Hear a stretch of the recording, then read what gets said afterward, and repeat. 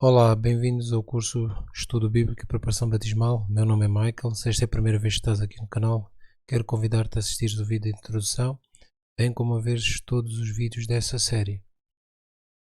Para alguma informação que queiras, poderás entrar em contato comigo através do e-mail michelregiste2020@gmail.com. Inscreve-te no canal, dá o teu gosto e partilha, e que o Senhor possa te abençoar. Pois bem, meus amigos e amigas, nós estamos avançando no nosso curso e chegamos finalmente ao módulo 12, o que é que a Bíblia ensina sobre como se deve guardar o sábado. Vimos no módulo anterior sobre a questão da validade ou não do sábado e agora no módulo de hoje vamos ver como a Bíblia, o que é que a Bíblia ensina sobre como devemos guardar o sábado. Convido-te a tirar as notas, a pausares o vídeo sempre que necessário para veres algum slide que aqui aparece e depois continuares e, se for necessário, voltas a ver o vídeo. Vamos começar contando uma história. Este é o José e a Clésia, um casal muito apaixonado, e José amava tanto a Clésia que seria capaz de dar a vida por ela. Mas logo perceberam que o tempo para se relacionarem não era muito e Clésia começou a ressentir-se nesta relação. Foi então que José teve uma ideia. Ele pensou que todas as quartas-feiras eles iriam reservar um período de tempo para tratarem do seu relacionamento e fazerem coisas juntos. Clésia achou maravilhosa a ideia. E também a data, pois afinal de contas era o dia da semana em que se tinham conhecido pela primeira vez e sentiram este amor tão lindo que os unia. Estabeleceram assim um pacto entre eles de que nada poderia interferir neste período e que este tempo seria tão especial nas suas vidas que só algo de extrema gravidade poderia fazer com que se privassem da presença um do outro. Ficou então assim combinado. No dia marcado, José recebe um telefonema. Era a sua amada Clésia. Ela ligara para ele para se desculpar, pois não poderia comparecer ao encontro. Ao explicar, ela diz que tinha encontrado umas amigas de infância e assim teriam de sair juntas naquele dia e não seria possível. José não queria acreditar. Ficou triste e confuso e começou a pensar em tudo aquilo. Como poderia sua amada trocar um momento tão importante para ir fazer compras com as suas amigas? Para ele, o problema não era sair com as amigas, mas a facilidade com que esse tão esperado encontro tinha sido cancelado por sua amada e o simbolismo que isso poderia trazer no futuro com outras situações. O que poderia ele fazer para que a sua amada pudesse entender que aquele período era importante também para ela, a fim de ela sentir a demonstração do seu amor por ela e ela se sentir amada? Será que a Clésia compreendia a importância do pacto assumido? Prezado amigo e amiga, irmão e irmã, assim como na história que acabamos de ver, quando falamos da obediência à lei de Deus ou quando falamos de como santificar ou guardar o sábado, duas frases são extremamente importantes. Relacionamento que traz identidade e sentimento de pertença, mas obediência por amor. Nós vimos no módulo passado dois textos importantes. 1 João 2,4, que diz que aquele que diz que eu conheço e não guarda os seus mandamentos é mentiroso e nele não está a verdade. E João 10,27, as minhas ovelhas ouvem a minha voz e eu conheço-as e elas me seguem. E fizemos duas questões que exigiram a nossa resposta, a tua resposta sincera. Uma delas era se você gostaria de ser chamado mentiroso, à luz de 1 João 2,4. E a segunda questão era, você se considerava ovelha de Jesus? Porque nós vimos em João 10,27 que a ovelha ouve a voz do pastor e o segue. Recomendo-te vivamente a ver os vídeos do módulo 10 e 11, se ainda não o viste, ou faças uma pausa e vais ver e depois continuas a assistir aqui o vídeo deste módulo. Vimos ainda que a palavra traduzida do original hebraico sabat, sábado, significava descanso e que havia outras datas chamadas de sábado consideradas de descanso ou feriado, mas que eram diferentes do sábado semanal. Vimos isto no livro de Levíticos, capítulo 23, principalmente o versículo 37 e 38, que quero recomendar-te a poderes reveres o vídeo do módulo 11. Mas ao estudarmos sobre o sábado e vermos a importância destes mandamentos, vimos que o sábado faz parte da lei. Tiago 2, versículos 10 e 11, recorda-nos que aquele que mata, mas não mente, ou se mente, mas não mata, é transgressor de toda a lei, porque o conjunto foi dado de 10 mandamentos.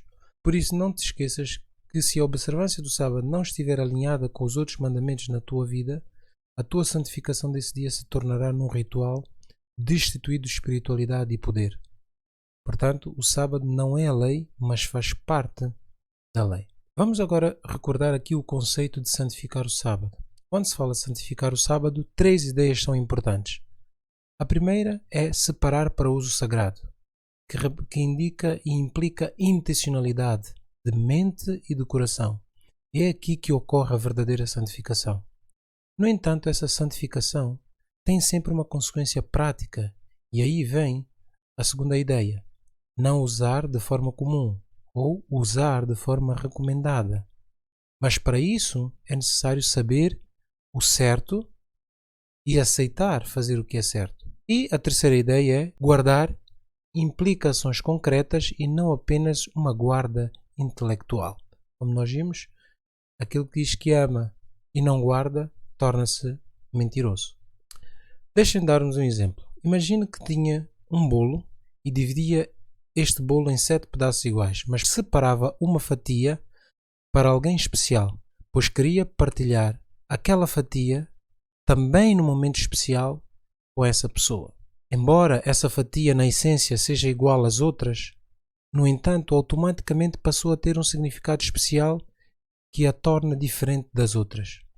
Assim é com os dias da criação.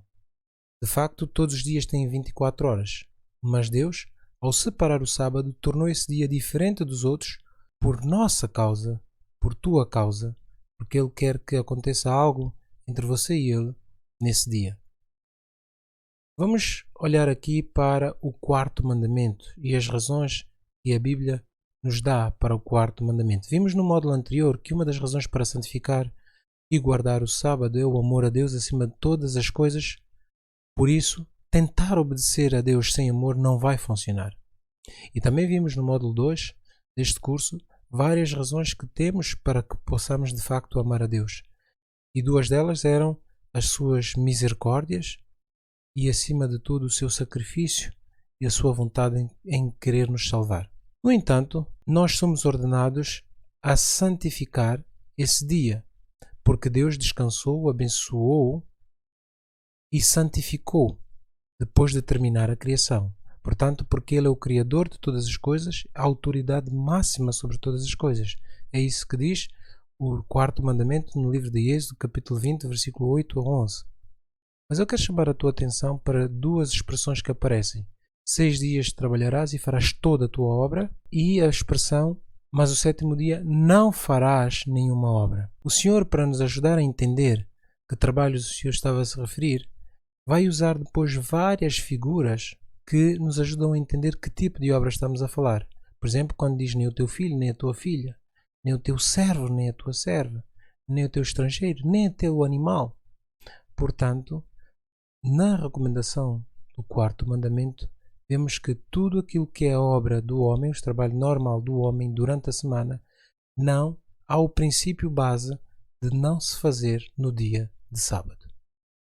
Mas há uma questão que temos que colocar: como os dias são contados na Bíblia? No livro de Gênesis encontramos a resposta, porque diz-nos que os dias são contados com a expressão tarde e manhã do primeiro dia. Assim, quando o sol se põe, está a iniciar um novo dia, vindo a parte clara depois do dia, quando vemos o sol, e depois, quando o sol se volta a pôr, está a terminar esse dia e iniciar-se um novo dia. Os dias são contados, portanto, de pôr do sol ao pôr do sol. A história de que o dia muda à meia-noite e não ao pôr do sol foi uma estratégia que Satanás usou, cumprindo a profecia bíblica, conforme vimos a semana passada, através de poderes civis. No Império Romano isso ficou assente, de modo a que tornasse mais difícil a guarda do sábado, uma vez que a sociedade se iria organizar com um término de dia que não é aquele estabelecido por Deus inicialmente. E no tempo de Jesus, os dias ainda eram contados desta forma. Nós vemos em Lucas 23:54, Jesus morre numa sexta-feira. Ao ser preparado o seu sepultamento, diz que era dia de preparação e amanhecia o sábado. Essa expressão amanhecia é curiosa porque está-se a referir ao momento do o sol se pôr, entrar a parte escura, porque estava a entrar um novo dia.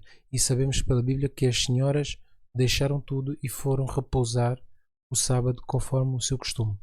Vimos no módulo anterior. Quero convidar-te a veres o módulo anterior. Quando deve ser feita a preparação? Convido-vos a pausarem o vídeo agora ou então a lerem mais tarde esta história fascinante que encontramos no livro de Êxodo 16. De forma pedagógica e prática, Deus quis ensinar ao povo lições importantes sobre a santidade do sábado e a necessidade de se fazer os preparativos com antecedência, para não se encontrarem numa situação de transgressão da lei que ele próprio tinha dado. Mas também temos nesta história lições de fé na palavra de Deus e da sua providência. Resumidamente, Deus queria provar o povo para ser fiel ao mandamento da guarda do sábado. Então, Deus vai dizer a Moisés que todos os dias ele iria fazer cair o maná. Mas o povo a cada dia só podia apanhar a porção para consumir naquele dia. Não deviam guardar nada. No dia seguinte, iriam recolher outra vez. Mas quando chegasse a sexta-feira, Deus avisou que no sábado não iria fazer cair maná. E, portanto, na sexta tinha ordem para colher em dobro, para a sexta e para o sábado. E agora vamos ver que episódios aconteceram com essa história. Em Êxodo 16, versículo 4 e 5, diz que eis que vos farei chover pão dos céus, e o povo sairá e colherá diariamente porção para cada dia, para que eu o prove se andam em minha lei ou não. Vejam, o objetivo foi claro. Deus queria que o povo entendesse e fosse provado se andaria na sua lei ou não. E acontecerá que no sexto dia prepararão o que colherem e será o dobro que colhem a cada dia. Continuando essa história, no versículo 19 e 20, Moisés dá a recomendação: ninguém deixe dele para amanhã. Eles, porém, não deram ouvidos a Moisés. Antes, alguns deles deixaram dele para o dia seguinte. E o que é que aconteceu? Criou bichos e cheirava mal. Por isso indignou-se Moisés contra eles. Reparem, em pouco tempo, de um dia para o outro, porque eles desobedeceram e quiseram reservar comida para o dia seguinte, não só a comida azedou, mas criou o bicho de modo tal que não podiam comer. Eu acredito que aqui Deus agiu de forma milagrosa para criar e dar uma lição que o povo deveria confiar na palavra dele, de que daria o sustento dia a dia e que eles não precisavam temer e guardar comida com medo de que Deus não desse no dia a seguir, porque estariam de alguma forma a demonstrar falta de fé nas instruções dadas por Deus através de Moisés. Então, muitos que colheram ficou a cheirar mal. Reparem nesse pormenor. Mas aconteceu também o inverso. Moisés disse que era sábado, chegando o dia de sábado, portanto, hoje não achareis no campo. Eles não iam achar maná no campo. 6 dias colhereis, mas o 7º dia sábado nele não haverá. Só que o que é que acontece? No versículos 25 e 28 diz-nos que aconteceu ao 7º dia que alguns do povo saíram para colher, mas não o acharam. Então o Senhor disse a Moisés: até quando recusareis guardar os meus mandamentos e as minhas leis? Reparem que desta vez era sexta-feira, tinham a ordem de apanhar o dobro, mas não apanharam o dobro e confiaram que iam ter no dia seguinte. Aqui está uma mensagem importante de Deus. Quando Ele diz para fazer provisão, é para fazer. Quando Ele diz que não devemos preocupar e esperar nele, devemos esperar nele. Isto são lições de fé e lições da providência de Deus que o crente deve ter. A preparação relativamente ao sábado fica clara que para o povo de Deus deveria ser feita na sexta-feira. Isso disse Moisés nos versículos 23 e 24, quando disse: amanhã é repouso, o santo sábado do Senhor. O que quiserdes cozer no forno, cozei-o, e o que quiserdes cozer em água, cozei-o em água. E tudo o que sobejar, guardai-o para vós até amanhã. E aqui tinha ordem para guardar. E guardaram até o dia seguinte, como Moisés tinha ordenado, e não cheirou mal, nem nele houve qualquer bicho. Olha o poder maravilhoso de Deus a intervir agora para ensinar mais uma vez a lição ao povo. Assim, toda a confecção dos alimentos para o sábado era feita na sexta-feira. Fascinante nessa experiência como Deus estava a ensinar lições preciosas de fé quanto à guarda do sábado para todas as gerações futuras. A guarda do sábado tem o simbolismo da dependência de Deus para o nosso sustento diário também. E não é por parar um dia que o homem morrerá de fome, pois se for obediente a Deus, receberá certamente as bênçãos dele. Hoje, permita-me acrescentar que não recomendaria que deixasse tudo para sexta-feira para se fazer a preparação do sábado, mas que desde domingo fôssemos preparando as coisas. Não digo cozinhar, mas arrumar a casa, o engomar as roupas. Se a cada dia fizermos um bocado, a sexta-feira ficará mais leve do que deixar tudo para sexta-feira e assim corrermos o risco de não termos as coisas prontas atempadamente. Tenho aqui uma tabela com mais alguns textos que nos mostram que posso ou não fazer no sábado. Já vimos o Êxodo, capítulo 28 a 11. Devemos santificar e descansar e não devemos trabalhar ou fazer trabalhar. Mas também temos Neemias, capítulo 13, versículos 15 a 21 e capítulo 10, versículo 13, onde vemos nesses textos, convido-te a pausar os vídeos e a leres, onde vemos que o que deve-se fazer é santificar e descansar e que não se devia fazer qualquer tipo de comércio. Portanto, para o povo de Deus, as lojas estavam todas fechadas nesse dia. Curioso que nós temos estado a ver o nosso mundo a caminhar para uma coisa semelhante. O Papa até recomendou que todo o comércio pudesse fechar aos domingos, porque era bom para o ambiente, era bom para as famílias e porque era o dia do Senhor. Só que há um problema, como já vimos nos modos anteriores. É que o domingo não é o dia do Senhor, é o sábado. Portanto, está a haver aqui uma alteração, uma sugestão para se cumprir mandamentos de homem e não mandamento de Deus. E depois temos Lucas capítulo 4, versículo 16, também fala-nos em santificar, descansar e ir à igreja, dando-nos o próprio exemplo de Jesus, que usa a expressão nesse texto, como de costume ele ia à igreja. Portanto, se tivermos a possibilidade, devemos nesse dia assistir o culto em família, ou se estivermos só procurarmos uma igreja para adorar ao sábado, ou então neste período de pandemia que nós estamos, podermos ter contato com a palavra de Deus, juntando-nos online a algum serviço de culto religioso. Muitos têm visto nos milagres de Jesus uma autorização para trabalhar no sábado, mas isto é uma interpretação abusiva do texto, fazendo o texto dizer algo que não está. Reparem, um exemplo está em Marcos 3, versículos 3 e 5, onde se trata da cura de um homem no dia de sábado que tinha a mão mirrada. E Jesus vai fazer uma pergunta, chama todos, os fariseus e o homem que ia ser curado, e pergunta aos que ali estavam: é lícito no sábado fazer o bem ou fazer o mal? Salvar vida ou matar? A pergunta de Jesus que ele fez era clara, assim como o que ele queria ensinar, que o curar ou restaurar a saúde de alguém estava em harmonia com o Espírito de Deus de dar bênção aos homens no dia do sábado, e por isso ser uma obra que não feria o mandamento que o próprio Deus tinha dado. Mas os judeus e os fariseus estavam tão cegos que prefeririam que Jesus não curasse aquele homem, e Jesus, ficando triste com aquela situação e vendo a dureza, curou aquele homem. Reparem que a questão aqui não era trabalhar ao sábado, caso contrário o seu ministério teria sido rejeitado pelo seu povo, pois o Filho de Deus não poderia contradizer a lei de Deus. A cegueira era tal que não queriam que Jesus curasse alguém em sofrimento, mas não tinham qualquer problema, conforme diz o versículo 6, em terem saído daquela cena e foram combinar um plano para matar Jesus. Muitos hoje fazem isso. São fiéis em algumas observâncias do mandamento de Deus, mas reúnem-se em grupos para criticar, fofocar, falar mal dos outros, e assim são transgressores da lei, para mentir, para roubar, para desonrar.